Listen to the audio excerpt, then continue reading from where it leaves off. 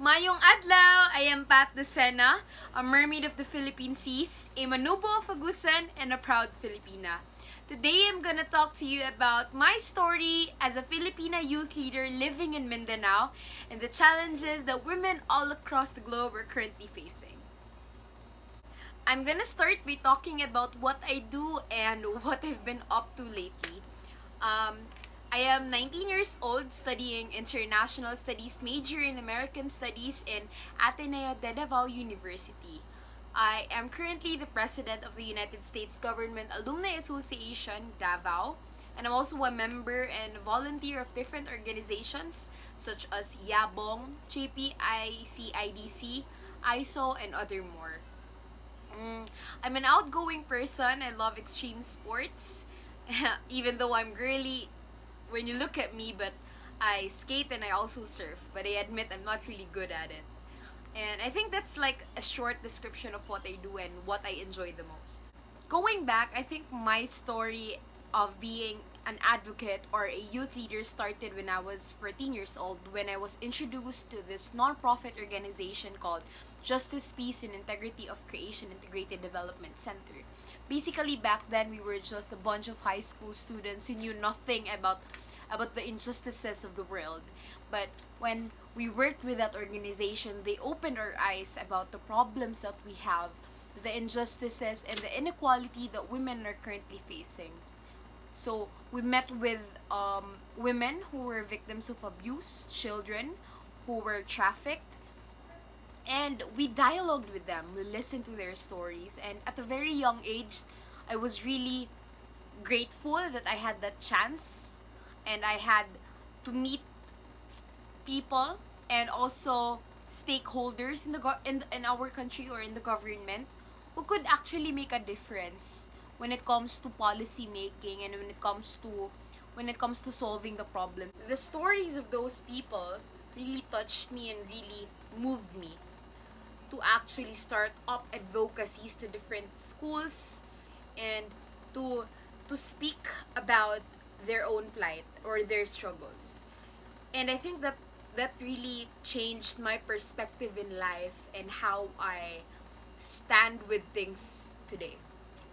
But looking at my grandmother's story or her generation, it's a little bit different from my generation now. When she was my age, she didn't really got the chance to finish her studies, even finish high school, or even pursue a career that she wanted. She wanted to become a teacher. That's why every time she has an opportunity to tell us her apos or her grandchildren, she would always tell us to always prioritize your studies, because that's the only thing that she could pass on to us. And that's something that I really hold dear, that I want to tell also my kids, that education is really important. But not only that, but there were a lot of challenges that she faced in order for her and her siblings to go to school.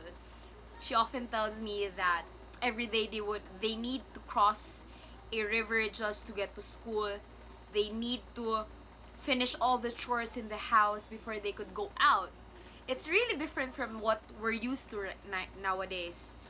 So when I look back at how my grandmother lived her life before, I could really say that I'm thankful for those people who came before me, who really fought for the rights to actually vote, to be educated, and to have basic human rights. And I'm thankful for that, because it became a solid ground for me. It became not only for me but all women right now.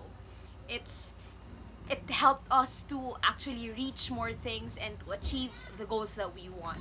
A lot of differences from the generation before and our generation right now. Even though things are much easier for us, but I think that there's still a war, or like there's still a struggle that we need to face every day for us women. There's still things such as double standards. There are things that are not handed to us just because we're women. Positions that are not given to us because we're women. And us in our generation today should continue the fight and should not stop until everything is equal between men and women or other genders. Also, there's a problem with I wonder why people think that it's wrong for women to be opinionated, women to be strong and fierce about what they think is right. I often hear this out loud. I often hear this out coming from my friends, especially my male friends, that I'm always opinionated about something, or why am I a feminist? They often label me as a feminist. And they say it as if it's an insult, and I don't get it. I don't think that being a feminist is something to be ashamed of. I don't think that speaking for what you think is right is something to be ashamed of. And I want to tell each and every girl out there to never be ashamed to talk about what you believe is right. Never be ashamed to take up space, because it's your right just like any other man. And I really hate it when I'm surrounded by men in a room, and they only see my value based on my face and based on my body, but not actually with the amount of ideas that I have, not based on what I could offer to the table. I really hate it when they joke around about um telling me to just sit pretty and wait for it to finish. And I don't want that, because I want to be valued based on how I think, based on what I do. So I think men should really stop about thinking that they're always above us, you know? To conclude, I encourage everyone to accept the idea of gender and inclusivity. Not only women, but actually all genders, including the LGBTQ plus community. I envision a future wherein we value someone not because of their gender, but because of their ability to do things. That we don't harass anyone just because they wear something like that, or just because they belong to that gender.